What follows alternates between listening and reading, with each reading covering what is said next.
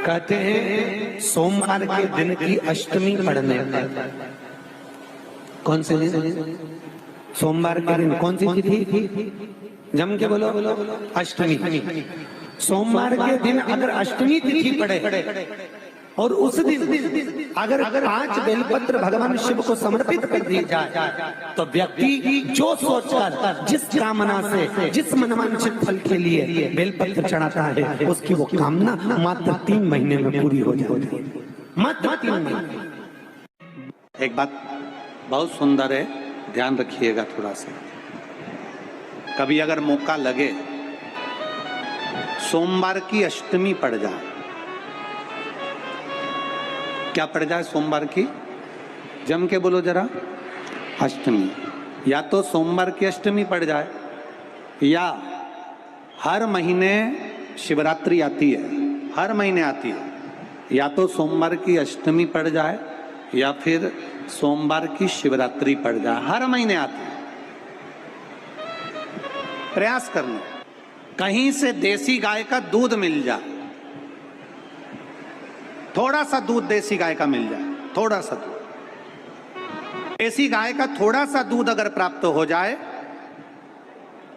बेलपत्री के पत्ते से दूध कटोरी में लेकर मात्र बेलपत्री के पत्रे से एक एक बूंद अगर दूध, आप एक बूंद अगर ज्यादा ना मिला हो, 1 चम्मच भी अगर आपको दूध देसी गाय का मिल गया हो और सोमवार की अष्टमी पड़ जाए या सोमवार की, जम के बोलो, शिवरात्रि पड़ जाए, उसमें केवल अगर देसी गाय का दूध मिल जाए, जर्सी गाय का नहीं हो, देसी गाय का अगर दूध मिल जाए, बेलपत्री के पत्ते से, तुम्हारे घर के अंदर अगर शिवलिंग है या मंदिर में शिवलिंग है या तुम्हारे नजदीक में कोई शिवलिंग है, उस पर बूंद बूंद एक एक बूंद अगर शिवलिंग पर दूध समर्पित कर रहे हो, श्री शिवाय नमस्तुभ्यम, नमः शिवाय, या षडाक्षर मंत्र ओम नमः शिवाय, या 33 अक्षर का मंत्र महामृत्युंजय मंत्र, इसका स्मरण कर कर शिव जी पर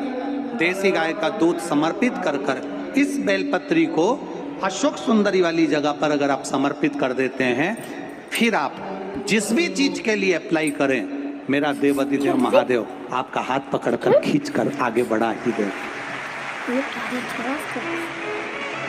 मेहनत करना, कर्म पूरा करना, पढ़ाई अच्छी करना, और पढ़ाई के साथ में विद्या अध्ययन करने के साथ में अच्छी मेहनत के साथ में देसी गाय का दूध भगवान शंकर को समर्पित करना, भगवान शंकर को समर्पित करना, देसी गाय का दूध धीरे धीरे धीरे धीरे समर्पित करना, भावों के साथ आप समर्पित करें। देसी गाय का दूध एक एक बूंद समर्पित करें, धीरे धीरे समर्पित करें। और देसी गाय का दूध जब धीरे धीरे समर्पित करें, बड़े रास्ते से आनंद से धीरे धीरे जब आप समर्पित करेंगे, बेलपत्री वही दूध में सनी हुई बेलपत्र अशोक सुंदरी वाली जगह पर, उस समय पर डंडी का भाग शिवलिंग की ओर नहीं होना चाहिए, उस समय पर डंडी का भाग जहाँ से पानी बहकर जाता है अशोक सुंदरी की ओर से, वहाँ पर होना चाहिए। कार्य में सफलता मिलती ही है। शिव तत्व को धारण। सोमवार की अष्टमी का मतलब आपको इंदौर की कथा में बताया था, जिस दिन शंकर और पार्वती के मिलन का दिवस हो, और केवल एक माता पार्वती के अकेले मिलन का नहीं, 64 योगनिया तक भगवान शंकर से मिलने के लिए आती है।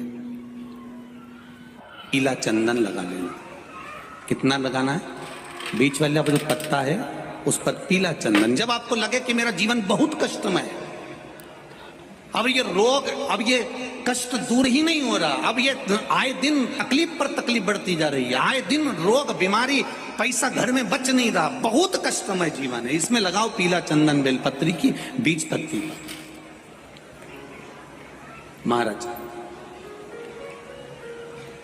और बीज पत्ती पर जब चंदन लग जाए, लगने के बाद में ये दोनों पत्ती पर लाल चंदन लगा लीजिए।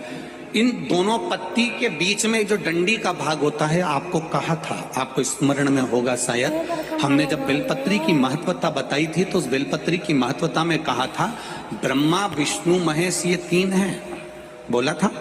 बीच में ये बड़ी पत्ती से लेकर जो 2 पत्तियां होती हैं, इनके बीच में जो जगह बचती है, इसमें मां पार्वती के 64 योगनियां, मां पार्वती अपनी पूर्ण सिद्धि के साथ में जितनी भी देवी के स्वरूप हैं, वो माता 64 योगनियां देवी के स्वरूप में यहां पर विराजमान होती हैं। 2 पत्ती के नीचे से जो डंडी होती है नीचे तक, ये पूरी डंडी में 33 कोटि देवी देवताओं विराजमान होते हैं इस पूरी डंडी के अंदर। तो ये बीच वाली पत्ती है, ये जो बीच वाली पत्ती का जो भाग होता है, इस पत्ती के भाग में शहद का प्रयोग कर यहाँ पीला चंदन, लाल चंदन, शहद का प्रयोग कर इसी तरह से पकड़कर ये बेलपत्री की जो डंडी है वो अशुक सुंदरी पर जब आप समर्पित करें तो जहां से जल बहता है उस ओर पर इस पत्ती को चढ़ाकर केवल आपके हृदय की बात कहकर देवाधिदेव महादेव से कोई भी शिव जी का मंत्र, पंचाक्षर, नमः शिवाय, षडाक्षर, ओम नमः शिवाय, श्री शिवाय नमस्तुभ्यम, या महामृत्युंजय मंत्र, जो शिव का मंत्र हो आपके पास में, उसको बोलते हुए देवाधिदेव महादेव को धीरे धीरे जल की धार चढ़ाना प्रारंभ करो। जल की धार जब पूर्ण होने लगे, उसमें थोड़ा जल बचे, तब अशुक सुंदरी पर जो तुमने बेलपत्र चढ़ाई है वहां उस जलधार को चढ़ाएं। ये प्रयोग आपको केवल सोमवार की अष्टमी पड़ने पर ही करना है। कौन से दिन करेंगे? जम के बोलिए जरा। सोमवार की अष्टमी पड़ने पर यह प्रयोग करें और जल चढ़ाकर बाबा से विनती कर उसी बेलपत्र को वापस उठाकर कहीं जलाशय में या किसी पेड़ के नीचे विसर्जन कर दें और 1 लोटा जल वहां भी चढ़ा दें। बस निवेदन कर आ जाइए, मेरा बाबा 3 माह के अंदर हाथ जरूर पकड़ेगा और आपको दलदल से बाहर निकाल देगा। बात और आपसे कहेंगे, उतारिएगा। जिसके शरीर में सफेद चमड़ी पड़ने लगती है, चर्म रोग हो जाता है, या चेहरे पर आंख के पास में पूरा कालापन आ जाता है, उसको हमेशा याद रखना है, लाल चंदन का लेपन पीपल के पत्ते पर करिए। काय पर करना है? पीपल के पत्ते पर लाल चंदन का लेपन करिए। लेपन कर सोमवार की अष्टमी के दिन उसको लेपन कर वापस निकाल कर शंकर भगवान पर उसका धीरे धीरे त्रिपुंड बनाकर लेपन करना प्रारंभ करिए। जब आप त्रिपुंड बनाकर लेपन करना प्रारंभ करें, उसके बाद उस चंदन को जो सोमवार की अष्टमी है तब निकाल कर लिया है और निकाल कर लाकर उसको डब्बी में रख लें। उस चंदन का प्रयोग चर्म रोग के स्थान पर थोड़ी थोड़ी मात्रा में करना प्रारंभ करें, पानी के साथ मिलाकर। परंतु उस चंदन को केवल 6 से 7 दिन में प्रयोग करिएगा, ज्यादा नहीं। धीरे धीरे चमड़ी, परंतु उसको सोमवार की अष्टमी के दिन सिद्ध कर बनाना है। उसको सोमवार की अष्टमी के दिन चढ़ाना है श्री शिवाय नमस्तुभ्यम या ओम नमः शिवाय या पंचाक्षर मंत्र या महामृत्युंजय मंत्र, जो आपको आता हो, शिव जी का जो नाम आपको याद हो उसको बोलकर चढ़ा, उसको लिया, फिर उसको अपने शरीर पर लगाना प्रारंभ करो। उसका फल आपको 15 दिन के अंदर धीरे धीरे प्राप्त होना प्रारंभ। हर हर महादेव, ओम नमः शिवाय। कैसे आप सभी लोग? आशा करती हूँ आप सभी बहुत अच्छे होंगे। जो भी भाई बहन मेरे चैनल पर नए आए हैं, मेरे चैनल को सब्सक्राइब कर लें एंड कमेंट में महादेव का नाम लिखना ना भूलें। हर हर महादेव तो लिख ही दें। देखिए करना क्या है आपको, जिस व्यक्ति के शरीर पे चर्म रोग है या कोई भी अन्य बीमारी है, तो उस व्यक्ति के लिए बहुत ही सरल उपाय बताया है प्रदीप मिश्रा जी ने। सिर्फ प्राण के उपाय हैं जो हम आपको बताने का प्रयास कर रहे हैं। कथा के उपाय हैं जिन उपायों को हम सरल तरीके से बताने का उपाय आपको कर रहे हैं। देखिए आप ढंग से समझ लीजिए, इस उपाय को ठीक से समझने का प्रयास कीजिए कि आपको करना क्या है। कि आपको सोमवार की अष्टमी को ही ये उपाय करना है, अन्यथा और किसी दिन नहीं हो सकता। ये उपाय सोमवार की अष्टमी के ही दिन हो सकता है। तो आपको जाना है शिव मंदिर जाना है और आपको लेके जाना है कोई भी सा चंदन हो, पीला हो, लाल हो, कोई भी चंदन हो। आप उस चंदन को लेके शिव जी के मंदिर जाना है। उस चंदन से शिव जी का आपको लेपन करना है। लेपन करते वक्त मंत्र का जाप अवश्य करें। कोई भी मंत्र आपको आता हो शिव जी का, उस एक मंत्र को आप जपते रहें, लेपन करते रहें। कम से कम 108 बार तो आप इस मंत्र का जाप कर ही लें।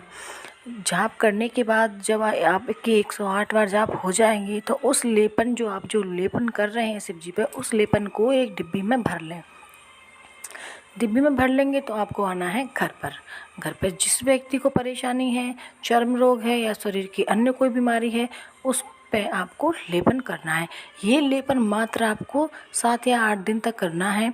जल्दी से जल्दी वो मतलब जो लेप है वो ख़त्म करना है, ज़्यादा दिन तक नहीं रखना है आपको। शिव जी ने जो शक्ति है इसकी वो ज़्यादा दिन तक नहीं रहती हैं, ख़राब हो जाता है ज़्यादा दिन तक रखा हुआ। तो जितनी भी डिब्बी में जो आपने लेपन भरा था, उस लेपन को 7 या 8 दिन तक भरे आप उसको लगा दीजिए।